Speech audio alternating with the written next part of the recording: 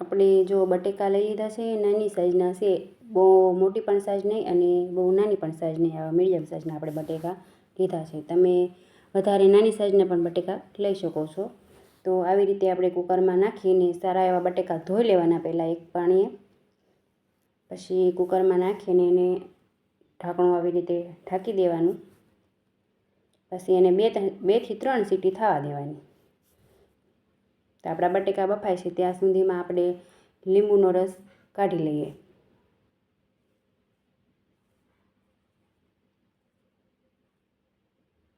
આવી રીતે બધા જ લીંબુ કટ કરી લેવાના.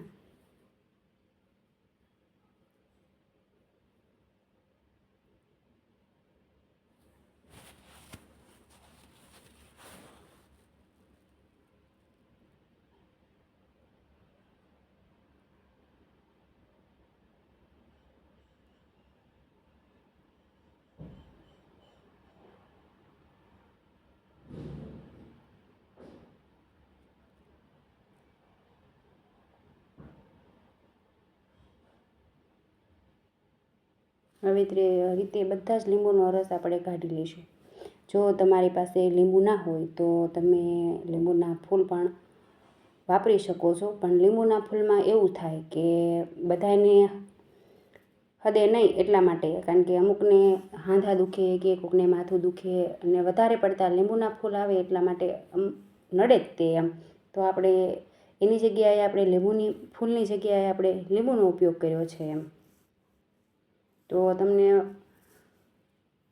જે ફાવે તે તમે લઈ શકો છો, લીંબુના ફૂલ કે લીંબુ ગમે તે. આવી રીતે સ્વાદ અનુસાર આપણે મીઠું નાખી લેવાનું. આપણે 2 જાતના મરચું લીધું છે, એક તીખું અને એક કલરવાળું. જો તમે વધારે તીખું ના ખાતા હોય તો તમારે ફક્ત કલરવાળું તમે લઈ શકો છો. આપણે બંને લીધું છે કે કલર પણ આવે અને તીખું પણ થાય એમ. આવી રીતે મિક્સ કરી લેવાનું.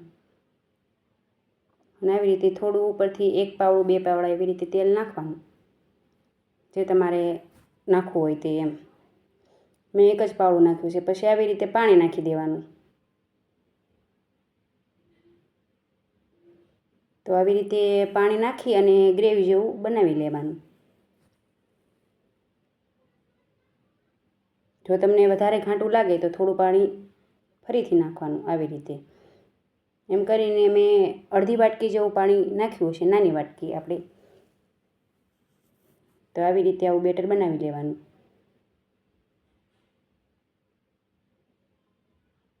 તો આપણી સરસ મજાની ચટણી બનીને તૈયાર થઈ ગઈ છે અને આપણા બટેકા પણ બફાઈ ગયા છે. હવે આપણે એને ફોલી લઈશું.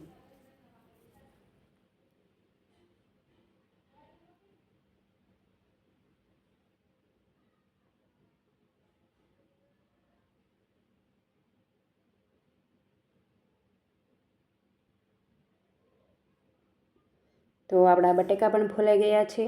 તો હવે આપણે જે ચટણી બનાવી હતી એ ઉપરથી આપણે એને નાખી દેવાની.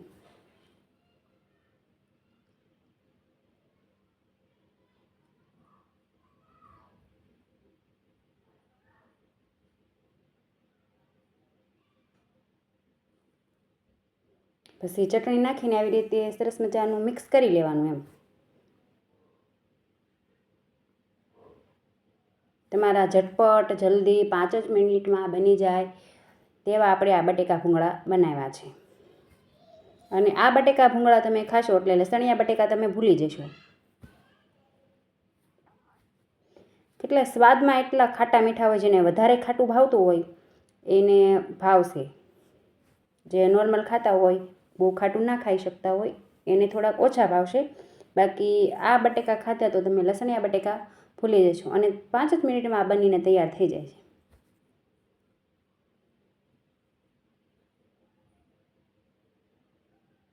હવે આપણે એને કાઢી લઈશું ડીશમાં.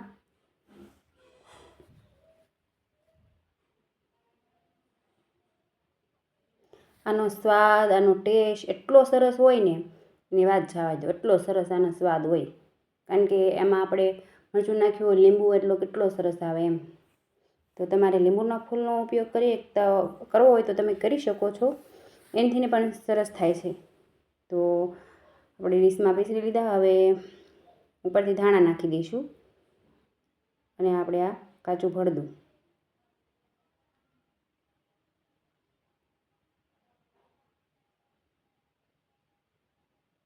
તો આપણા બટેકા ભૂંગળાની ડીશ તૈયાર।